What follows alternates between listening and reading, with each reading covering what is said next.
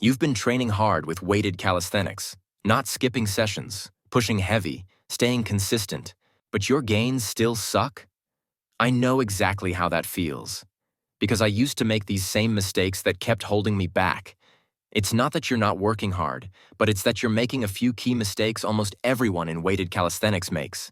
These mistakes quietly kill your progress and leave you stuck at a plateau. In this video, I'm breaking down 5 of the most common mistakes, and more importantly, showing you exactly how to fix each one. And stay till the end, because I will also be sharing 3 tips that ensure long-form progress in weighted calisthenics and avoid plateaus. The first mistake that lifters do is adding weight that is too heavy and too soon. When training weighted calisthenics, lifters often rush to add heavy load too soon. I get it. Putting a lot of weight on that belt looks pretty tough, but rushing into it is actually hurting your progress and strength rather than speeding up the process. Adding heavy weight too soon can stall your progress because your form breaks down, and you end up using momentum or compensating muscles. That means you're not actually building strength in the right areas. You're just moving the weight. This creates plateaus and poor movement patterns that are hard to fix. Instead, aim to put a certain rep goal in each set. And each session, try to add 1 more rep until you reach that goal. And when you do so, aim to add micro weights like 2.5 kilograms, or even go all the way down to 1.25 kilograms. This seems like nothing, but over time the numbers definitely add up. Even professional champions in weighted calisthenics like Matthew Zlat, Pericol, and many more focus on adding a very small weight consistently just to keep progressing on the long run. If you are a beginner, however, you can add up to 7.5 kilograms because your progress is going to be way faster at first. But make sure to add the weight carefully, especially when you still don't know how strong you are yet. Now, before I move on to mistake number 2, I just want to mention that mistake number 5 is one even I ignored for years, and it cost me a lot of progress, so stay till the end of this video, that way you won't miss it and waste years like I did. The second mistake is something I see lifters do a lot at the gym, and that is constantly switching exercises. Trying new movements feels exciting and makes your workouts feel fresh, but here's the truth. When you change exercises too often, you don't give your body enough time to adapt to the movement, build proper mechanics, or progressively overload. Instead, you're constantly starting from scratch, chasing variety instead of mastery. And that's a fast track to plateauing. Your nervous system and muscles never get the chance to fully develop strength or efficiency in a specific pattern. Real progress in weighted calisthenics comes from repeating key movements over and over.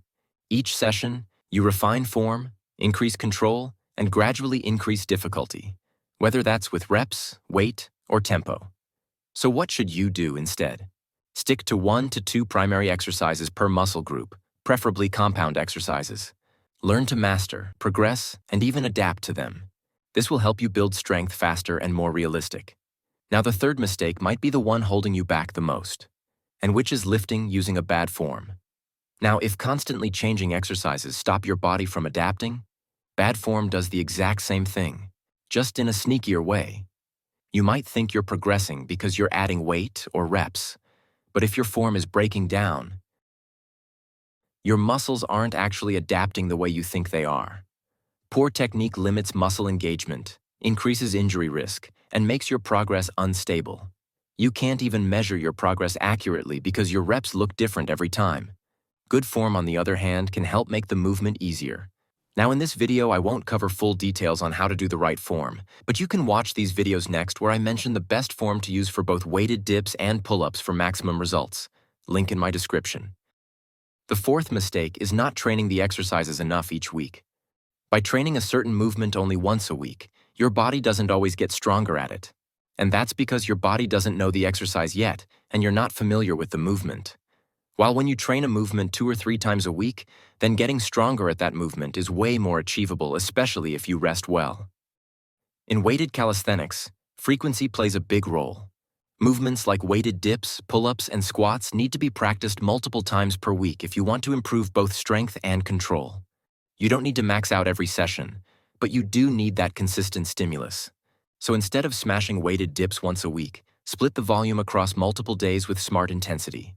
You'll progress faster, stay safer, and build more muscle.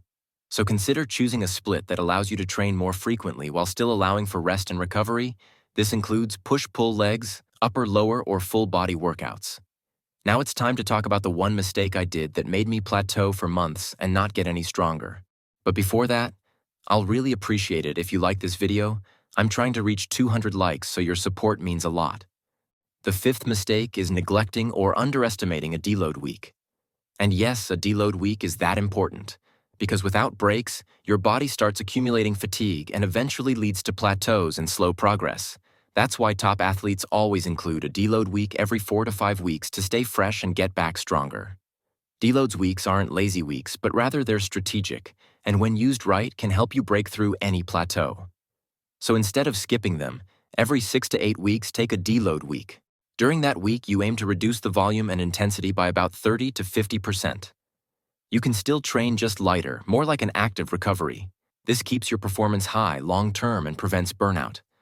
Now, before I move on to the tips, I just want to mention that if you're serious about weighted calisthenics and want more no BS tips, then you can join my YouTube membership, in which 4 videos are already waiting for you, along with 2 more videos each month and 3 days early access. For more info, you can check the link in my description or pinned comment. Tip 1. Warm-ups can be boring, but they are very essential, and not only to prevent injuries. Warming up before a movement can also prepare your muscles and nervous system for the heavy load. So how do you warm up correctly? Start by low or body weight of that exercise for low reps, then do another set for low reps with a little more weight, like 50% of your working weight. Then do another set for 5 reps with a little more weight as well, maybe 65% of your working set. Rest 4 to 6 minutes in between. Then you are ready to start your working set. Now, of course, don't forget to add dynamic stretches and wrist warm-ups at the very first of your workout. Tip 2. Find the method that works for you. There is no single method that works for everyone. Someone might prefer high volume over high intensity. Another person might prefer to save time and train with less volume. You should choose the method that works the best for you in terms of timing, progress, intensity, etc. If you are someone that enjoys working out and trying different exercises, then a high-volume, low-intensity method might be it for you. Or if your time is very limited, going with the 2-set method might be a smart approach. And by the way, there are 4 videos about the 2-set method for every major muscle available right now in my membership, so don't miss out. Tip 3. Prioritize recovery. The last tip for today is to prioritize recovery. When training for strength, rest and recovery play a big role in progressing. Aim to rest at least 2 to 3 days between each muscle group. This will ensure that the muscle is ready to be hit again. And between sets, rest no less than 4 minutes and not more than 6 minutes, depending on how hard the working set was. Here's how you can use the 2-set method for every muscle.